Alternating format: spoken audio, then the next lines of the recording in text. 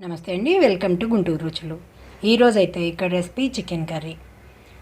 Non veg recipes ఎవరైనా సరే కొంచెం ఘాటుగా కారంగా తినాలని అనుకుంటారు. మరి అలా తినాలి అనుకునే వాళ్ళకి నేను చేసే మసాలా పర్ఫెక్ట్గా సరిపోతుంది. మరి ఒక్కసారి అయితే ఈ విధంగా ట్రై చేసి చూడండి. అంతేకాదు, చికెన్ నాన్ వెజ్ ఏదైనా సరే మటన్ కానీ చికెన్ కానీ వండేటప్పుడు కొంచెంగా నీసు వాసనలాగా అనిపిస్తుంది అనుకుంటే ఈ విధంగా ట్రై చేస్తే మాత్రం ముక్క నీసు వాసన కూడా రాకుండా ఉంటుంది. మరి ఇంకెందుకు ఆలస్యం, చూద్దామా.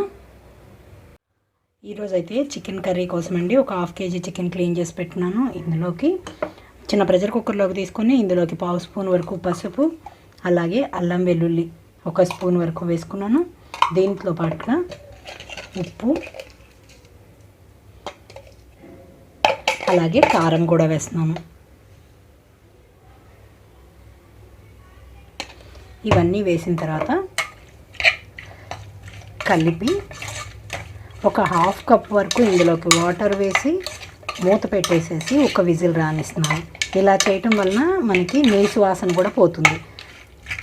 మీ దగ్గర ఉంటే నిమ్మకాయ కూడా ఒక 1/2 వరకు నిమ్మకాయ ముక్క పెట్టుకోవచ్చు. ఇందులోకి వాటర్ వేస్తున్నాను. ఒక 1/2 కప్ వరకు వాటర్ కూడా వేసుకుంటున్నాను. ఒక విజిల్ రానిస్తున్నాను. ఇక్కడ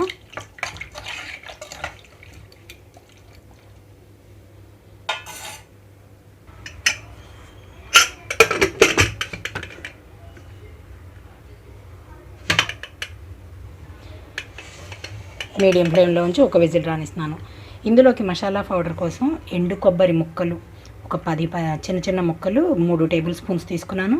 అలాగే దాల్చిన చెక్క 1 ఇంచ్ ముక్క వరకు, లవంగాలు ఒక 4-5, యాలుకాయ 1, అలాగే సోంపు ఒక 1/2 స్పూను, దీంతో పాటుగా జీడిపప్పు ఒక 7-8 వరకు, మిరియాలు ఒక 1/2 స్పూను, అలాగే గసాలు 1 స్పూన్ వరకు తీసుకున్నాను. వీటన్నిటిని పొడి చేసి పెట్టుకుంటున్నాను. ఇప్పుడు ఇందులో ఒక ఎండుమిరపకాయ కూడా వేసుకుంటున్నానండి. ఎండుమిరపకాయ కూడా చిన్న ముక్కలుగా కట్ చేసి వేస్తున్నాను. వీటన్నిటిని మెత్తగా పొడి చేసుకుంటున్నాను. మీడియం ఫ్లేమ్లో ఉంచి ఒక విజిల్ రానిస్తున్నాను.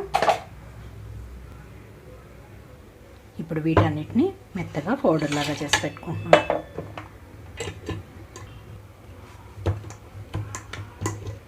మెత్తని పొడి చేసుకున్నాను, పక్కన పెట్టేస్తున్నాను. ఇది ఇప్పుడు ఇక్కడైతే స్టవ్ ఆన్ చేసి పాన్ పెట్టుకున్నాను. ఇందులోకి ఆయిల్ తీసుకుంటున్నానండి, ఒక 4 టేబుల్ స్పూన్స్ వరకు. ఆయిల్ అంతా వేడైన తర్వాత ఇందులోకి ఉల్లిపాయలు, పచ్చిమిరపకాయ ముక్కలు వేసి వేయించుకుంటున్నాను.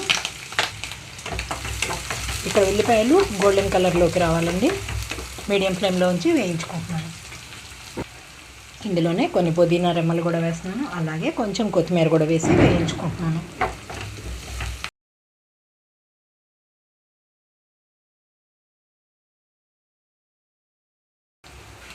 ఇక్కడ 3 వంతుల పాటు ఉల్లిపాయలు వేగిపోయిన తర్వాత అల్లం వెల్లుల్లి పేస్ట్ వేసుకుంటున్నాను కొద్దిగా. ఆల్రెడీ ఇందాక నేను చికెన్లో 1 స్పూన్ వరకు వేసాను కాబట్టి ఇక్కడ ఒక 1/2 స్పూన్ వరకు మాత్రం వేస్తున్నాను. ఇక్కడ ఉల్లిపాయలన్నీ చక్కగా గోల్డెన్ కలర్లోకి వచ్చేసినాయండి. ఇప్పుడైతే టమాటో వేసేసుకుంటున్నాను. ఇందులోకి మూత పెడుతున్నాను టమాటో మెత్తబెట్టడం కోసం. ఇందులోకి కొద్దిగా సాల్ట్ వేస్తున్నాను.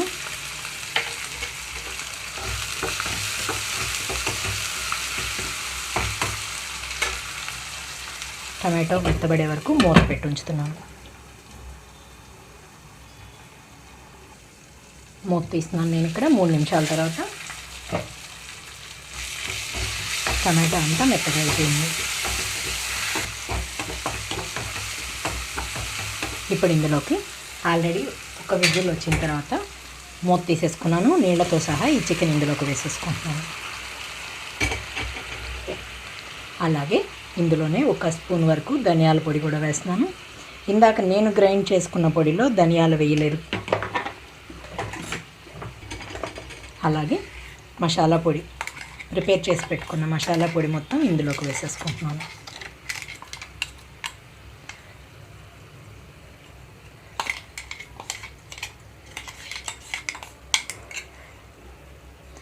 ఈ మిక్సీ జార్లోనే ఒక 1/2 కప్ వరకు వాటర్ కూడా వేసినానండి.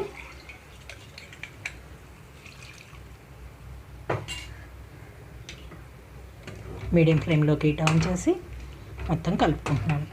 నేను ఫస్ట్ చికెన్లో వేసిన కారం సరిపోలేదు మీకు అనుకుంటే ఇంకొంచెం చికెన్లో ఇప్పుడు కారం వేసుకోవచ్చండి. మూత పెట్టేసి ఉంచుతున్నాను.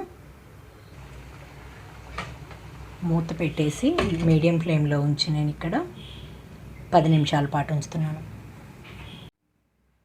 10 నిమిషాల తర్వాత మూత తీస్తున్నాను. ఇక్కడ నేను ఆయిల్ కూడా పక్కకు వచ్చేసింది. ఇందులోకి చివరిగా కొంచెం కొత్తిమీర కలిపేసి స్టవ్ ఆఫ్ చేస్తున్నాను. సర్వింగ్ బౌల్లోకి తీసుకుంటున్నాను. ఇంకా చూసారు కదా, చికెన్ కర్రీ రెడీ అయిపోయింది. మరి మసాలా ఈ విధంగా ట్రై చేసి చూడండి. ఘాటుగా తినాలి అనుకునే వాళ్ళకి చాలా చాలా సూపర్గా ఉంటుంది. మరి ఇంకెందుకు ఆలస్యం, మీరు కూడా ట్రై చేసి మీరు మీ ఒపీనియన్ అయితే కామెంట్ బాక్స్లో పెట్టండి.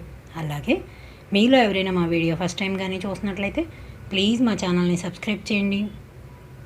అలాగే మా వీడియోస్ లైక్ చేస్తూ షేర్ చేయండి. పక్కనే ఉన్న bell icon all option click చేస్తే మేము ఇచ్చే వీడియోలన్నీ మీకు నోటిఫికేషన్స్ వస్తాయి.